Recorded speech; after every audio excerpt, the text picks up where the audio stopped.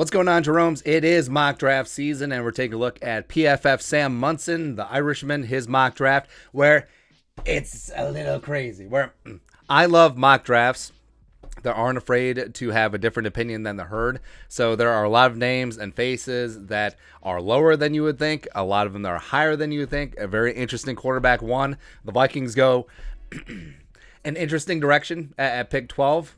So we'll dive on in. Jacksonville Jaguars, Evan Neal. Yes, I think it makes sense. Protect Trevor Lawrence. I think this is starting to become fashionable. There you go. Number 2, Hutchinson. Yes. Lions, go. 3, Texans, Kyle Hamilton. Yes. Middle of that defense, absolute stud. 4, so here's where it gets a little nuts. So Stingley, like we said, has been seen as a top 5 pick for a long time, except has had a couple of injuries.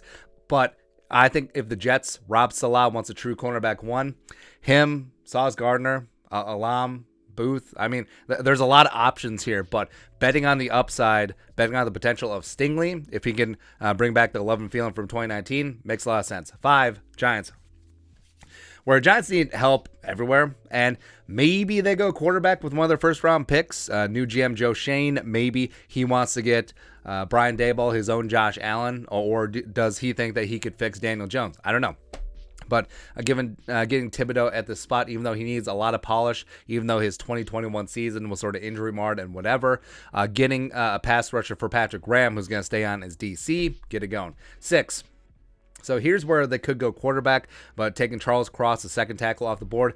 Whereas Ike Ekwonu, he's fallen down. But Charles Cross, Mississippi State, is just a bad dude. He's just a legit left tackle. So put him and Taylor Moton. You got bookend tackles. There you go. 7.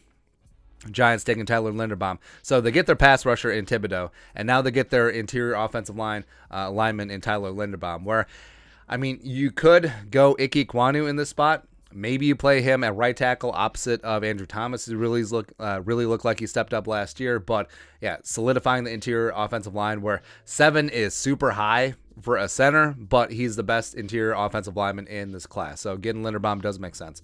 8, Falcons. Karlaftis, the Greek freak, getting after it, where Arthur Smith, maybe he sold on Matt Ryan for the next couple years. Maybe he doesn't like the quarterbacks in this class, whatever. You could also see them going wide receiver, depending what happens with Calvin Ridley. But yeah, it's a passer and get the passer league. And having Karlaftis just getting after it as a power edge rusher with Atlanta, go ahead. 9. So here's where, spicy. Jumping George Payton. That's right. So in this, there's no trade, so he doesn't trade for Aaron Rodgers, whatever. But Desmond Ridder, QB1, where Desmond Ridder was my guy last year.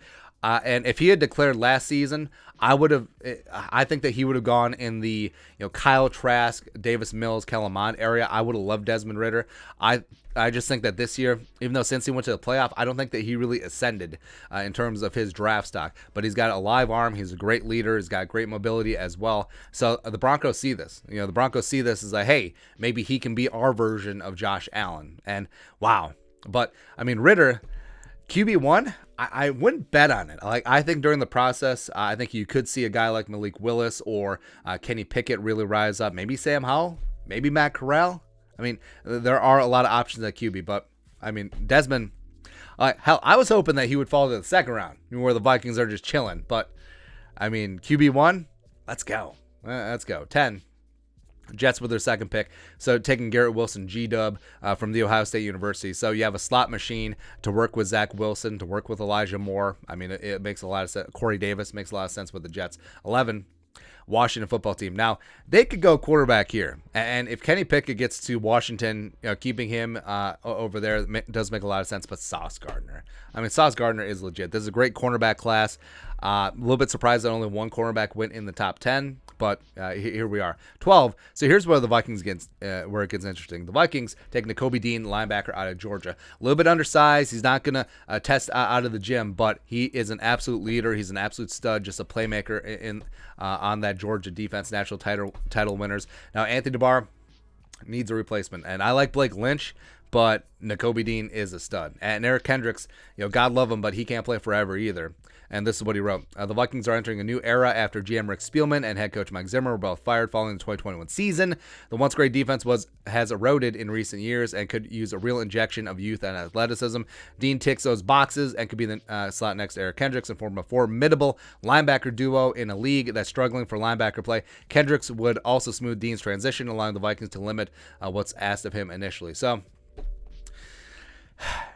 I like it, but also the thing with draft picks, it's like Hall of Fame voting. It's not who gets in, it's who got snubbed. So who's still on the board for the Vikings? First off, Jameson Williams, even though ACL, yes. Ike Ekwonu is there, and I understand that the Vikings have great bookend tackles. I would just take Ekwonu and play him at guard. I would. He is that damn good of a football player, and I don't think that he falls out of the top 10. Again, it's very stupid to talk in absolutes with the draft, but I think that after he tests at the combine, I don't think he falls out of the top 5, and he for damn sure doesn't fall out of the top 10. Also, you got Devin Lloyd.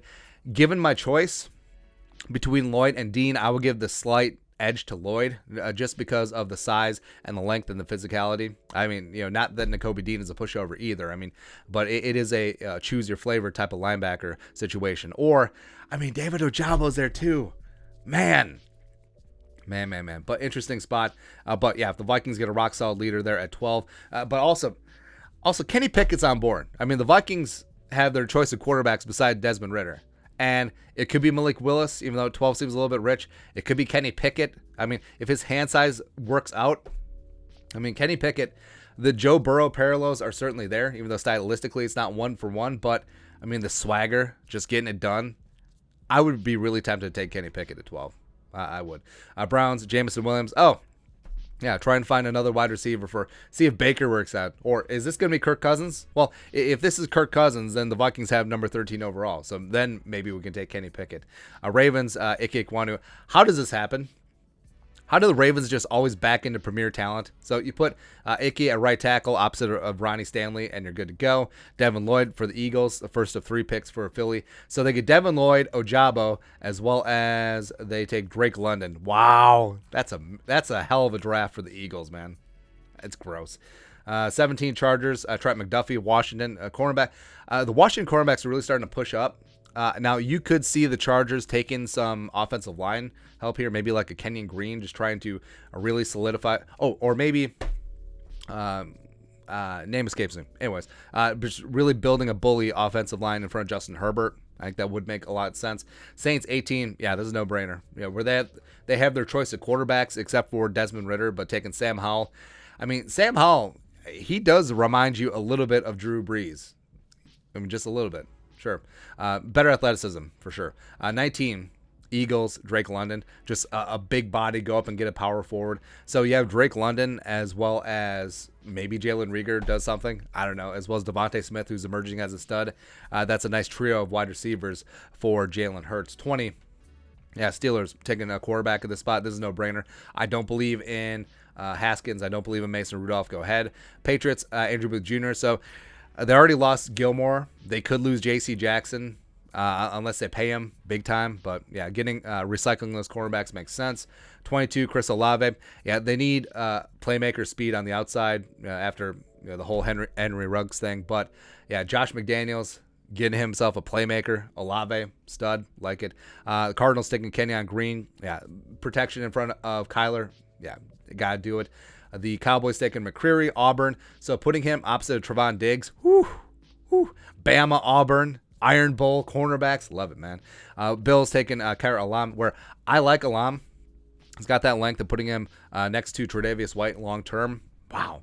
Love it, man. Tennessee Titans, Treylon Burks. Now, this is ridiculous because Treylon, his game is basically A.J. Brown. So imagine having 2 A.J. Browns. And whoever the hell your quarterback's going to be, I don't know. 27, Bucks taking Jan Dotson. That makes a lot of sense where they're probably going to lose Godwin. Gronk isn't going to be back. Antonio Brown is probably already gone. Evans. He needs some help, even though they just won't give the ball to Tyler Johnson, even though they should. 28. So this one annoys me. Bernard Raymond from Central Michigan. Go Chippewas. I do think that he is going to be the Quinn Maynors of this year's draft, where you have a small school dude who just shows up and shows out. I think 28 may be a little bit conservative in terms of where he goes. Like that was the name that escaped me, Raymond. Where him to the Chargers, him and Slater as those bookends, that would make a lot of sense, man. Trevor Penning, Northern Iowa, is also going to get a lot of love. I think Raymond and Penning, Senior Bowl, that's going to be super interesting what they do. I think they'll shoot up draft boards quite a bit. But Dolphins trying to figure something out on that offensive line. They spent a lot of draft capital, haven't really solved things yet. Chiefs, taking Cameron Thomas, edge from San Diego State. Yeah, where they need to get more pressure on quarterbacks, even though they got after Joe Burrow, and Joe Burrow still did the damn thing. But Melvin Ingram aging out, and they do need some more help on the edge. 31, Bengals. Wow. Danny Falele, where, first off, Bengals are going to be drafting 32. No big deal. But Falele at right tackle, kick Riley Reif inside the guard if you want to keep him, and just protecting Joe Burrow no matter what. Because I like Jonah at left tackle, Jonah Williams, former Alabama standout, and Falele on that right side, just size. Like, he's a road grader. He's extremely agile for a dude who's 400 pounds and 6'9". But yeah, just getting a premier tackle for Burrow, love it, man. And then 32, Lions via the Rams. Again, this isn't going to be pick 31, but Lions and Malik Willis. So that's annoying, man. Where the Lions get Hutchinson and Malik Willis in the same draft, for shame. For shame. But like I said, it's nothing against Nakobe Dean. He's an absolute stud, but there is so much value on this board. I mean, Kenny Pickett didn't even go first round. It's crazy, man. But yeah, Kenny Pickett, Ekwonu was out there, a bunch of offensive linemen, a bunch of cornerbacks out there too. So the Vikings are an interesting spot where whoever they take at 12 is going to be a stud, but there's going to be a lot of other talent on the board. But your thoughts are our thoughts. Taking a look at PFF Sam's latest mock draft. Let us know in the comment section below. Subscribe for daily Vikings takes. Want to support the work? Put a little something in the Venmo. But until next time, Skol, production value.